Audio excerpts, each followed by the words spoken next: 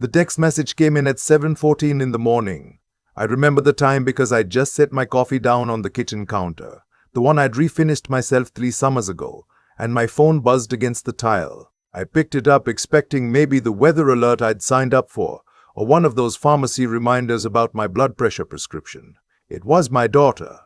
"Dad, I need to talk to you about the graduation. Nathaniel's parents are flying in from Portland and we only have a certain number of seats in the family section. I hope you understand." I read it twice. Then I set the phone face down on the counter, picked up my coffee, and stood at the window for a long time watching the bird feeder in the backyard. A pair of cardinals were fighting over the same perch. The female eventually won. I want to be careful here because I know how these things sound when you start from the end and work backward. But I need to tell you what came before that morning so you understand what happened after. My wife, my ex-wife, now her name is Vivienne. We met when her daughter was 4 years old. The girl's father, a man named Nathaniel Sr., yes, same name as his son, had been out of the picture since before the girl could walk. Not dead, not deployed, not dealing with some tragedy, just gone. Last anyone heard, he was somewhere in the Tampa area. Vivienne never got child support, never tried too hard to, and I never fully understood why. The little girl's name was Amber. I want to say that carefully too, because Amber was never the villain in my mind. She was 4 years old when I walked into her life, and she called me Daddy before she called me anything else. That was her word for me, not mine. Kids do that. They fill the spaces adults leave behind. Vivienne and I married when Amber was 6. I adopted her legally at 7. I have the papers in a folder in my filing cabinet, right between my discharge papers from the army and the deed to the house in Marietta. Those 3 things have always felt connected to me, even if they shouldn't. Things you earn, things you protect. We had 22 years together, Vivienne and I. I worked. She worked some, then less, then mostly didn't. I'm not resentful about that. That was the arrangement we settled into, and I settled into it willingly. I put Amber through Georgia State. I bought her a car when she turned 21, nothing extravagant, a used Honda that ran clean. I walked her down the aisle when she married Nathaniel Jr., who was a decent enough young man with a master's degree, and soft hands and a way of saying very little, while seeming to say a great deal. His parents had money, old money, the quiet kind that doesn't announce itself, but fills every room. I never felt comfortable around them. They were polite, the way a locked door is polite. The divorce from Vivienne had been finalized 14 months before that morning. It hadn't been loud or terrible, it had just been done. 22 years and we ended it the way you end a lease. Papers, signatures, a notary on a Tuesday. The house was already in my name alone. I'd paid the mortgage every month for 19 years, and Vivienne had agreed without much resistance that I could keep it. She moved into a rental in Smyrna. We didn't hate each other. We just didn't have anything left that belonged to us both. I had stayed close to Amber through it, texted her on Sundays, sent flowers on her birthday, showed up to dinner at her house in Alpharetta maybe once a month, brought a bottle of wine and sat at her table, and ate her pot roast and talked about nothing in particular. Nathaniel Jr. was always cordial, pleasant in the way of people who have been raised to be pleasant. I thought we were fine. That was the thing. I genuinely thought we were fine. The graduation was for my grandson. That's what I need you to understand when you hear about the text message. My grandson, Amber and Nathaniel's boy, 4 years old, his name is Louis, was graduating from a Montessori program. One of those little ceremonies where they put the kids in small caps and gowns and hand them a rolled-up certificate tied with a ribbon. Families pack into a school gymnasium. Someone's phone dies before the good part. Grandparents cry. I had been looking forward to it for 6 weeks. I had bought Louis a card with a $20 bill inside. I'd ordered him a book about trains because he was obsessed with trains. I had put the date in my phone with a little star emoji next to it, which is something I do not typically do. And then at 7:14 in the morning, 11 days before the graduation, my daughter sent me that message about limited seating. I stood at the window for a long time. The cardinals had both gone. The feeder swayed a little in the wind. I picked up the phone again and read the message a 3rd time. Then I went and sat in the chair by the fireplace. The chair I've had for 12 years, the leather one with the cracked armrest that I keep meaning to have repaired. And I sat there for almost an hour. Didn't turn on the television. didn't call anyone, just sat. Here is what I understood sitting in that chair. This was not about seating. The gymnasium could hold 200 people. The family section was not going to be strained by one 63-year-old man with a card and a book about trains. This was about something else. And I think I had known for a while what that something else was. Nathaniel Sr., the original one, the one from Tampa, had apparently been making reappearances. Amber had mentioned him in passing a couple of times over the past year, the kind of passing mentions that are designed to land and then be ignored. My dad called last week. That was the phrase he used. My dad. Not Nathaniel. Not my biological father. My dad. I had let it pass both times. I am 63 years old, and I have learned that the things you let pass are sometimes merciful and sometimes not. This one apparently was not. What I put together that morning in my chair was a picture I didn't much like looking at. Amber's father-in-law had money and connections. Nathaniel Sr. had arrived back on the scene, bearing whatever men like that bear when they want to seem changed. Apologies, maybe, or stories about where they'd been, or simply just the novelty of presence after years of absence. Nathaniel Jr.'s family had always treated me with that particular politeness that keeps you at a distance without ever giving you reason to object. And now there was a grandson's graduation and a family section and limited seating. I understood. The question was what to do about it. I went to my desk. The desk is in what I called my study, which is just a converted second bedroom with bookshelves and a window that looks over the driveway. I sat down and opened the folder I keep for financial records. I'm not a wealthy man. I am a careful man. There is a difference, and I've made peace with it. What I did have was a 529 account. I had opened it the month Louis was born and funded it every quarter for 4 years. It wasn't a fortune, maybe $11,000, but it was $11,000 I had put away for my grandson's education, one deposit at a time. I had never told Amber about it. I was going to present it at some point, maybe when Louis started kindergarten, maybe when he turned 10. I had imagined it as the kind of thing that would be remembered. I sat at my desk and looked at the account statement for a long time. Then I transferred every dollar of it back to my checking account. I want to be clear about why. It was not revenge. I did not feel the particular heat of revenge, the kind that wants to cause pain. What I felt was something quieter and sadder than that. I had been setting aside money for a child I might not get to watch grow up. That was the thing that had become clear to me. And if that was the case, then that money needed to be somewhere else. I wasn't scoring points. I was reading the situation correctly, probably for the first time in a long time, and adjusting accordingly. After that, I made one more decision, which was harder.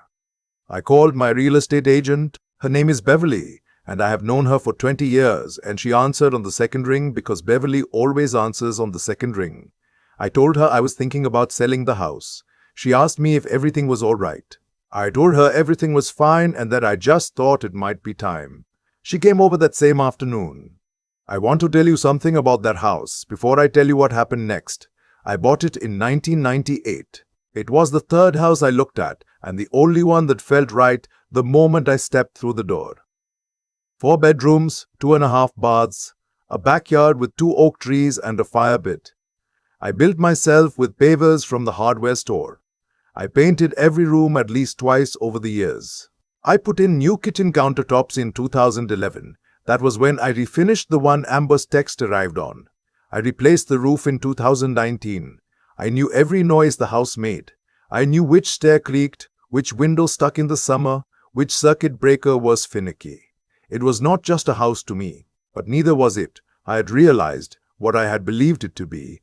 I had believed it was the center of a family. That morning I understood it was just a building I maintained. Beverly walked through it with her clipboard and her appraiser's eye, and when she was done, she told me it would list between 380 and 400, given the market and the updates I'd made. I told her to list it at 375. I wanted it to move. She looked at me for a moment and then she said, "All right." The listing went live 3 days later. I had an offer by the following Tuesday. Full asking price, 30-day close. The buyers were a young couple from Roswell. First house, pre-approved, no contingencies. Beverly called me with the news, and there was a pause at the end of it. The kind where someone wants to ask a question they've decided not to ask. I accepted the offer. I did not go to the graduation. I sent Louis his card and his book about trains by mail. I wrote a note inside the card that said, "I am so proud of you, and I will always be your grandfather. I love you very much." I sealed the envelope and took it to the post office myself rather than putting it in the mailbox because I wanted to be certain it arrived. I did not respond to Amber's text for 11 days. On the day of the graduation, I sent her a simple message that said, "I hope Louis had a wonderful day." I mailed him something, "I love you." She responded 3 hours later, "Dad, he loved the book. He asked where you were. I told him you were busy." I read that and put the phone down. That evening I sat on my back porch for the last few times I'd be sitting on it, because the close date was 3 weeks out. The fire pit was cold. The oak trees were going to stay with the house. That felt right somehow. Things rooted like that deserved to stay. It was about a week before closing when Amber called. I don't mean a text, she called, which she almost never did anymore. Most of our communication had migrated to texts the way most things do now. And I had accepted that as the pace of things without quite accepting it. I answered. She started with small talk, which meant she was nervous.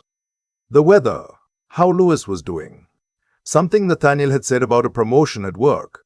I let her talk. Then she got quiet for a moment and she said, "Mom told me you're selling the house." Vivian still had a few people in common with me. I wasn't surprised she'd heard. I said, yes, I was selling the house. Amber said, "Dad, where are you going to go?" I told her I was looking at a place in a 55-plus community in Peachtree City, a townhome, single level, good neighbors, a community pool I would probably never use, closer to some army friends who'd retired down that way. She was quiet again. Then she said, "Is this because of the graduation?" I thought about how to answer that for a moment. I said, "It's because I've been in that house for 26 years and it's time. That's really all it is." She said, "Daddy." She hadn't called me daddy in probably 15 years. The word landed somewhere deep and stayed there. I said, "I'm all right, sweetheart, I really am. But I want you to think about something. You have a little boy who asked where I was. Don't make him wonder too many more times."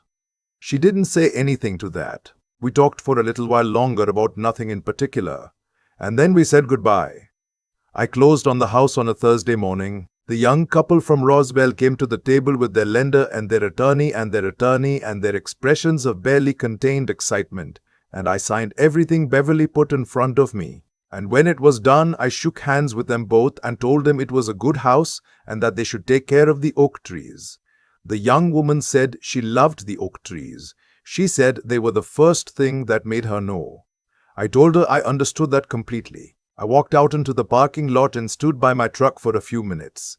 It was a cold morning, February, the sky the color of old newsprint. I wasn't sad exactly. I was something harder to name. Something like the feeling after you put down a load you carried a long way. Relief, mixed with a strange awareness of your own hands, suddenly empty. I drove to Peachtree City that afternoon. The townhome was clean and new and smelled of fresh paint, and I stood in the middle of the living room and thought, I can make this into something. That's enough for now. It's been 8 months since the closing. Amber brought Louis to see me last month. They drove down on a Saturday, just the two of them, no Nathaniel Jr., no planning around anyone else's schedule. She called the Wednesday before to ask if it was okay, which it was, which I told her. Louis came through the door and went straight for the couch and climbed on it like children claim territory, and within 10 minutes he had found the trains I'd set out on the coffee table. I had gone and bought a small wooden set after the book, because I'm not good at half measures, and he was on the floor making the engine sounds with his mouth. Amber sat across from me with her hands around a mug of coffee I'd made her. She said, "I'm sorry about the graduation, Dad." I looked at her for a moment. She looked tired in the way of people who have been carrying something they haven't yet named out loud. I said, "I know you are." She said, "He was there. Nathaniel Sr. Mom invited him and I didn't stop it, and I should have." I nodded slowly. She said, "He left again, by the way. 2 months later. We haven't heard from him since. I let that sit. I didn't say what came to mind, which was that I could have told her that would happen, and had in fact told myself that would happen. Which is why I had sat in my chair that morning and made the decisions I made. I didn't say that because it wouldn't have helped anything. What I said was, Lewis is going to be fine. He has people who love him and stay. Amber looked at me over her coffee mug. Her eyes went wet and she blinked it back the way she has done since she was a little girl. That quick internal correction, like she's reminding herself she's tougher than the moment. She said, he asked if your new house has room for a sleepover. I looked over at Lewis, who was now making his wooden train climb the arm of my couch without any awareness of the conversation happening 3 feet above his head. I said, it does. Second bedroom, right down the hall. She nodded. We sat there for a while. The trains kept running. Lewis announced that the engine's name was Captain. I said that was a good name for an engine. He agreed seriously, the way 4-year-olds agree when they feel they are being taken seriously. I made more coffee. I didn't think about the house in Marietta. I didn't think about the account balance or the 30-day close or the look on Beverly's face. I thought about the train set on the floor and the boy running it. That's what I keep coming back to when I think about all of it. Not the text message, not the quiet devastation of a Tuesday morning in February, not what it took to sign those papers and walk out of a house I'd lived in for 26 years, with my hands empty and my name off the deed. Just that. A boy with a wooden train making engine sounds with his mouth in a room that is now mine. Some things you build slowly, and they hold. And some things you let go of finally because holding them longer would only teach you the wrong lesson about what it means to stay. I learned that. Later than I should have, maybe. But I learned it. There's a moment I keep returning to, and it isn't the text message. It isn't Beverly walking through my house with her clipboard. It isn't signing my name on the closing documents while a young couple from Roswell tried not to smile too wide. It's the Cardinals. That morning, standing at the kitchen window with my coffee going cold, watching 2 birds fight over the same small perch, and the female won, and then they were both gone, and the feeder just swayed in the wind like nothing had happened at all. That's the image I come back to when I try to make sense of everything that followed. I did not do what I did out of anger. I want to be honest about that, because it matters. Anger is loud and fast and it burns itself out. What I felt that morning was quieter and more serious than anger. It was the feeling of finally seeing something clearly that you had been choosing for a long time not to look at directly, and once you see it, you cannot go back to not seeing it. That's just how it works. I think about the choices I made in the days after that text, and I don't regret them. Not the account, not the listing, not the 30-day close. People might hear this story and think those were acts of punishment. They weren't. They were acts of honesty. The kind of honesty that costs something, that requires you to look at your own life without flinching and ask whether the story you've been telling yourself matches the facts on the ground. That's the hard part. Not the selling, not the moving, the looking. For a long time, I told myself a story about what my family was. I told myself it was solid, that the roots went deep, that 22 years and a legal adoption and a refinished kitchen counter and a grandson's 529 account added up to something permanent. And some of it did. Yours is permanent to me. That would not change regardless of what address I keep or what account I close. But I had confused the container for the thing itself. The house was not the family. The money was not the love. And when I finally separated those two things, when I stopped protecting the container and started being honest about what was actually inside it, I made better decisions in 3 days than I had made in 3 years. I don't think of myself as particularly wise. I am 63 years old, and I am still learning things that probably should have been clear to me at 40. But I've come to believe that real intelligence, the kind that actually serves you, isn't about being the smartest person in the room. It's about being willing to update, to look at new information, even when it's painful, and let it change what you do next. And the doing, that's its own thing entirely. Knowing something isn't enough.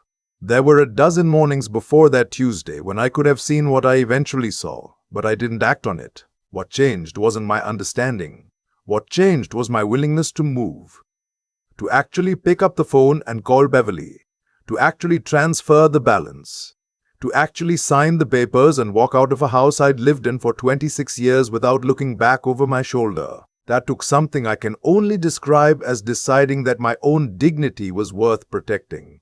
Not out of pride, out of the simple belief that I deserved to live in a version of my life that was honest. The morning Amber brought Lewis to the town home, and he climbed on my couch and named his train captain. I understood that none of what I'd done had cost me the things that actually mattered.